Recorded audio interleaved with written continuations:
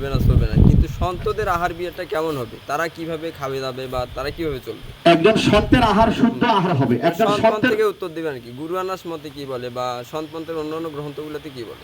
আচ্ছা, সন্তপন্থের গ্রন্থ অনুযায়ী দেখেন, প্রসাদ তো প্রসাদে। এখন মনে করেন একজন বৈষ্ণব একটা রবিদাস বা সন্তপন্থের বাড়িতে গেল, এখন ওনাদের কি ধর্মগ্রন্থে এরকম শুদ্ধতার কোনো বিষয় নেই?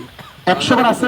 শুনুন স্বামী গুরু রবিদাসজি, আচ্ছা আমাদের এখানে এই সন্তপন্থের মধ্যে মাছ, মাংস, রসুন, পেঁয়াজ, মসুর ডাল এগুলি সবগুলিকে বয়কট করতে করা বলা হয়েছে। আমরা যদি 5,500 বছর গীতা দেখি, আমরা শুধু গীতা থেকে বলবো না যে পত্র ফলন্ত ভক্ত প্রযোজ্যতি, গীতার 4,900 বছর পরে গুরু রবিদাসজি এসে কি বললেন? দয়া ভাব হিরতে নাহি ভক্ষে পরে মাস ওজু নরক মে যাই, সত্য ভাকে সন গুরু রবিদাস। যার হৃদয় দয়া ভাব নাই, যে অন্যের মাংস আহার করবে, ওই জীব নিশ্চিত নরকগামী হবে। রবিদাসজির পরে কবিরদাস কি বললেন? কবিরদাসজি বললেন যে ঘরকে মুর্দা মুয়ে বাহার ले जाए আর বাজার কে মুর্দা ঘর মে কিন কে আনকর ঘি নমক মাখা কর খায়। বাড়ি থেকে মানুষ মারা গেলে নদীর ধারে নিয়ে যায় সমাধি করতে, আর বাজার থেকে মরা মুর্দা আমরা কিনে এনে ঘি নমক মাখিয়ে খাইতেছি। এরা বলে আবার সন্ত। এই জন্য স্বামীজি এখানে সন্ত কবিরদাস নিষেধ করেছেন। কবিরদাস বলেছেন তিল ভর যদি মিন আহার করে যে কই, কোটি গাভী দান করে যে পুণ্য, এক টুকরা মাছ গ্রহণ করলে সেই পুণ্য বিনাশ হয়ে যাবে। এই জন্য আমাদেরকে এই বিষয়গুলি খেয়াল রাখতে হবে। রবিদাসজির পরে, কবিরদাসজির পরে রবিদাস কবিরদাসের প্রায় 200-300 বছর পরে শ্রী চৈতন্য মহাপ্রভু আসলেন। এসে কি বললেন? নামের রুচি জীবে দয়া বৈষ্ণবের সেবন, ইহা হইতে ধর্ম নাই শুনো সনাতন। নামের প্রতি রুচি করে, জীবের প্রতি দয়া করে, সেখানে এই কথা মহাপ্রভু এই কথা বললেন। মহাপ্রভুর পরে, মহাপ্রভু প্রায় 200 বছর 250 বছর পরে কে আসলেন? সিনহান স্বামী। এসে কি বললেন? যে জীবা পালিকে মারিকে খায় যোগ কই কর্ম করে জৈসা করে কাসাই। জীব পালার বিধান আছে। জীব পালার পর হত্যা করে যে ব্যক্তি ওই জীবকে গ্রহণ করবে, সে কসাইয়ের কর্ম করবে, সে আর সন্ত হবে না। তাহলে আমরা এই গ্রন্থগুলি থেকে, সন্তদের জীবনী থেকে জানতে পারি প্রত্যেকটা সন্ত শুদ্ধ আহারই ছিলেন। এবং সংগ্রহ করতে বলা হয়েছে আহার শুদ্ধ করনা চাহিয়ে, এবং ভোজন প্রীতি করে পাই। ভোজন প্রীতি ভোগ দিয়ে নিবেদন করে অনিবেদিত অন্ন গ্রহণ করা নিষেধ আছে সন্তপন্থে, শুনানি পন্থে। সমস্ত সন্তেরা নিবেদন করে গ্রহণ করেছেন। আমরা যদি সন্তদের জীবনীর দিকে তাকাই, এমন কোন সন্তের জীবনীতে মাছ মাংস নেই। তাহলে আমরা কেমন সন্ত? আমরা তাদের মতন সন্ত হতে পারি নাই। এই জন্য আমাদের এখানে ত্রুটি আছে। তবে আমাদের উচিত আমাদের সেই সন্তদেরকে অনুসরণ করা। আর একটা সন্তের আচরণ অবশ্যই ধীরে বলতে হবে, কর্কশ ভাষা হওয়া যাবে না, সর্বদাই পরনিন্দা পরচর্চা, পরনিন্দা পরচর্চা এগুলি বাদ দিতে হবে। আর সেই গুণগুলি 26টা গুণ থাকতে হবে। এমন তো দেখেন মনুসংহিতে যে কথা বলতেছে, ধৃতি ক্ষমা দম সত্যম শৌচম ইন্দ্র নিগ্রহং দ্রবিদা সত্যম অক্রোধ দশম ধর্ম লক্ষণম। ধর্মের যে 10টা লক্ষণ একটা সন্তের মধ্যে প্রকাশ থাকতে হবে, সংগ্রহ গ্রন্থে বলছেন। এই জন্যে আমাদের এই ধর্মের লক্ষণগুলি যখন প্রকাশ পাবে, তখন তো আমি সন্ত হয়ে যাব। ওই যে যেমন ইসলাম ধর্মের 5টা স্তম্ভ আছে না, এই কালেমা নামার জায়গাটা হজর ইসলাম ধর্ম আছে, তারা কিন্তু প্রতিটাই পালন করে।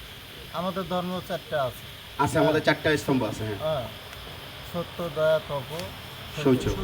আচ্ছা, এখন হচ্ছে এই 4টা কি আমরা সঠিকভাবে মানি না? এটা একটু জানতে চাই। সন্ত যারা হচ্ছে নর্মালি জীবনযাপন করে, সন্ত নয় না, কিন্তু যারা সন্ত তারাও কি এটা করে, আমি এটা জানবো। আচ্ছা, যারা সন্ত তারাও এই 4টা মানে না। আমাদের মধ্যে যারা মানে সন্ত সেজে আছে, যারা প্রকৃত সন্ত, তারা কিন্তু সত্যি মানে। যারা সেজে আছে, এই যে আমাদের এখানে যারা নিয়মলৌকিক দীক্ষা পাওয়ার পরে ওই ব্যক্তিকে সন্ত হতে হয়। সবদা পায় হতা সন্ত, বিনা গুরু শব্দ না পাওয়াই অন্ত। কিন্তু আমাদের গুরুরাই সন্ত নয়। দয়া নাই।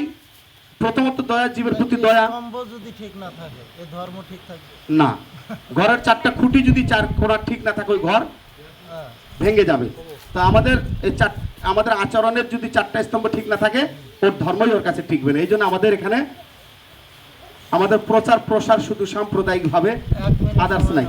আর এক মিনিট সময় নেই, সেটা হচ্ছে যেমন এই শ্রাদ্ধটা হচ্ছিল, হ্যাঁ, এই শ্রাদ্ধের ভিতর কোনো রবিদাসকে আমরা পাই না, ঠিক আছে? হ্যাঁ, দুপুরবেলা হচ্ছে যজ্ঞ হচ্ছে, সকালে যজ্ঞ হয়েছে, এই হচ্ছে এই জ্ঞানটা আমরা কাউকে দেই না। যদি থাকতো আমাদের রবিদাসের ভিতরে এই জ্ঞানটা, তাহলে অবশ্যই তারা বৈষ্ণবীয় এই ঈদগুলোতে, অনুষ্ঠানগুলোতে অ্যাটেন্ড করতো।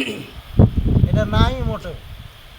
আর আমরা যে শ্রাদ্ধগুলো করি আসলে দেখেন এখানে আমরা কিন্তু ওই পথ থেকে আমাদের শিবনারায়ণ স্বামীজি কোথাও শ্রাদ্ধ পিণ্ডের বিষয় দেন নাই, শ্রাদ্ধ বিষয় নাই, বিয়ে শাদীর বিষয় এখানে দেন নাই, এগুলি বেদকে ফলো করতে হবে। জৈবিক কর্ম নাই না, এখানে এক জায়গায় সুতর্পণের কথা আছে, সংগ্রহ গ্রন্থে ছোট্ট এক জায়গায় সুতর্পণ আছে, জল তর্পণ যে করায় তর্পণ আছে, কিন্তু শ্রাদ্ধ বিধি নিয়ম স্বামীজি দিয়ে যান নাই। কিন্তু তর্পণটা কিভাবে করবেন এটা নাই, এটা আপনাকে বেদ থেকে নিতে হবে, এগুলো বৈদিক কর্ম।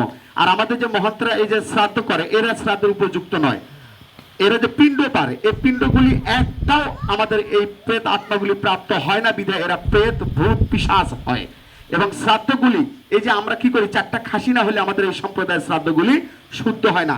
আপনারা ভুল করছেন, যদি আপনারা 4-5টা খাসি করতেন এখানে রবিদাস দিয়ে দেখতেন বাড়িতে আপনার জায়গা হতো না, কিন্তু আপনারা করেছেন প্রসাদ।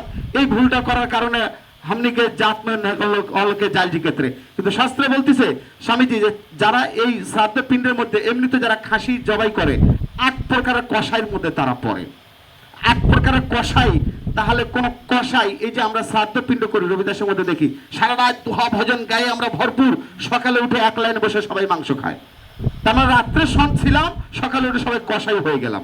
তা যারা সন্ত নয় তাদের দ্বারা কোনো কর্মই শুদ্ধ হবার নয়। যে মহন্ত মাছ মাংস খায় ওই মহন্তের হাতে 1 গ্লাস জল খাওয়া অনুচিত। যে মহন্ত মাছ মাংস খেয়ে গুরু গাদির মোহনভোগ নিবেদন করে ওই মোহনভোগ ভগবান না মানুষে পাওয়া উচিত নয়। আমি অনেক জায়গায় মোহনভোগ কেন গ্রহণ করি না আমি বলি, আপনাদের হাতে মোহনভোগ খাওয়া আর বাড়িতে লুচি সুজি এমনি বানিয়ে খাওয়া একই কথা, কারণ এটা তো প্রসাদ নয়। প্রসাদ প্রথমত যে তৈরি করেছে লুঙ্গি পরি মোহনভোগ বানাইছে ওটা গেল ওখানে অপরাধ। আর যে ব্যক্তি নিবেদন করছে ওই ব্যক্তি বিড়ি খায়, সিগারেট খায়, মদ খায়, গাঁজা খায়, অনেকে মাছ মাংস বাড়িতে খায় আসি ওই যে নিবেদন করতেছে, তাহলে ওর হাতে প্রসাদ কি ভগবান পর্যন্ত পাবে? কখনো পৌঁছাবে না, তাহলে ওটা প্রসাদ হবে না। এখন এই মহন্তরা আমরা জন্মশুদ্ধভাবে আমাদের জন্মটা হয়েছে আমিষের ঘরে, তো হয়ে আমরা আমিষে আসক্ত রয়েছে। আমি ছোট্ট একটা 1 মিনিট একটা দৃষ্টান্ত দিয়ে আলোচনা সমাপ্তি করবো। ওই গল্পটা অনেক জায়গায় বলি, একটা সিংহের বাচ্চা ভেড়ার দলে পড়ে গেছে, ভেড়ার দলে পড়িয়ে ভেড়ার সাথে ঘাস খাইতে খাইতে বড় হয়েছে। এখন ভেড়ার যে স্বভাব সিংহেরও সেই স্বভাব। এখন অনেকদিন পর কিছু সিংহ তাকে দেখলো, এই তুমি তো জাতে সিংহ, তুমি জাতে সিংহ, তা তুমি কেন এই ভেড়ার দলে? এখন সিংহ পরিচয় দিতেছে, না আমি সিংহ নই আমি ভেড়া। এই তুমি ভেড়া নাও তুমি সিংহ, বলে না আমি সিংহ নই আমি ভেড়া। সিংহের বাচ্চা ভেড়ার সাথে পরে বড় হয়ে সে ঘাস খাইতেছে, সিংহের খাবার তো ঘাস নয়। এখন বাকি সিংহরা যখন তাকে ধরে নিয়ে গেল নদীর কিনারে, জলে তার ছবি দেখালো, দেখো তুমি কে? দেখতেছে না আমি সিংহ। তাহলে জন্মসূত্রে সে সিংহ, কিন্তু ভেড়ার দলে বড় হয়ে সে ভেড়া পরিচয় দিতেছে। আমরা জন্মসূত্রে আমরা সন্ত, আমরা কৃষ্ণের অংশ, আমরা কৃষ্ণের অংশ, বিষ্ণুর অংশ, তাহলে আমাদের সমস্ত আচরণ হবে বৈষ্ণবীয়। কিন্তু ওই যে ভেড়ার দলে বড় হয়ে আমরাও পরিচয় দিতেছি আমরা ভেড়া, আমরা অসন্ত, আমাদের সন্তের কোনো আচরণ নাই। 100টা আমি ঘোষণা করেছিলাম বাংলাদেশে 8টা বিভাগের মধ্যে 300 বছর হলো সিনন পথ আসছে, আমাকে 3টা মহন্ত দেন। শুদ্ধাচার, বিড়ি খায় না, সিগারেট খায় না, গুল খায় না, জর্দা খায় না, হোটেলে 1 কাপ চা খায় না, মাছ খায় না, মাংস খায় না, রসুন খায় না, পেঁয়াজ খায় না, এমন একটা মহন্ত 300 বছর সিনানপন্থী গত হলো 3 জন ব্যক্তি দেন। নাম বলেন, আমি ওই ব্যক্তির কাছে যাবো আর ব্যক্তিকে আচার বিচার দেখবো। তারা নিজেরা ভক্ত হয় নাই, ভক্ত বানাতে পারে নাই। আর এই জন্য ওখানে থাকলেও অনেকে ভক্ত হতে পারে না। ওই পন্থের প্রচার প্রসারণে ওরা শুধু আমাদের রবিদাস আর হরিজন নিম্ন শ্রেণী যারা আছে এদের মধ্যে প্রচারের বাহিরে প্রচার নাই।